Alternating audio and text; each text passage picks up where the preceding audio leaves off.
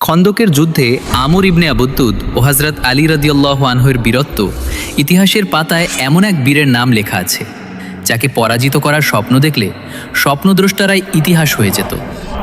সে ছিল বৃদ্ধ, কিন্তু তার এক গর্জনেই পাহাড়সম যোদ্ধাদের হৃদয় কেঁপে উঠত। তার নাম আমর ইবনে আবুদ্দুদ। আরবের লোকেরা বলতো একাই সে 1000 সৈন্যের সমান। খন্দকের যুদ্ধের প্রেক্ষাপট সালটা ছিল হিজরতের 5ম বছর।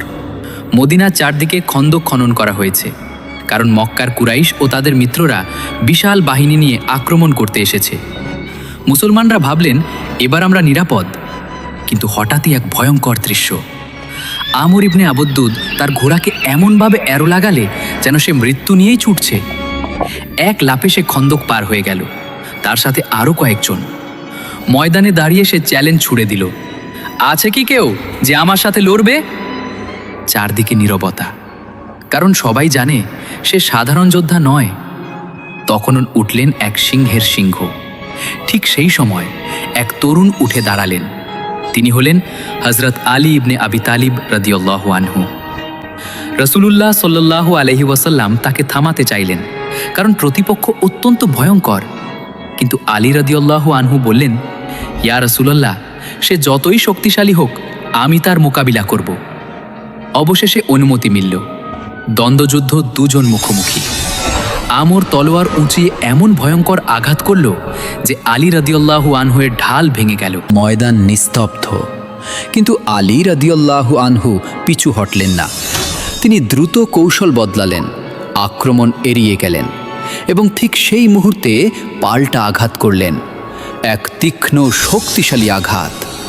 মুহূর্তেই আমর ইবনে আবদুদের দেহ মাটিতে লুটিয়ে পড়ল। তাকবীরের ধ্বনি ময়দান কেঁপে উঠল।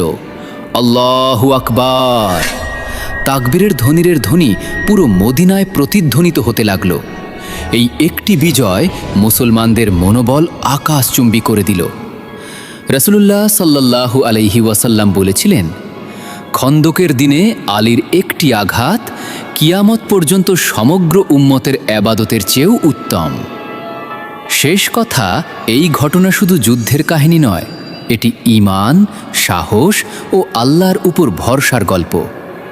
একজন মানুষ যার হৃদয়ে ছিল অটল ঈমান, সে ভয়ঙ্কর শক্তির সামনে দাঁড়িয়ে ইতিহাস লিখে দিল।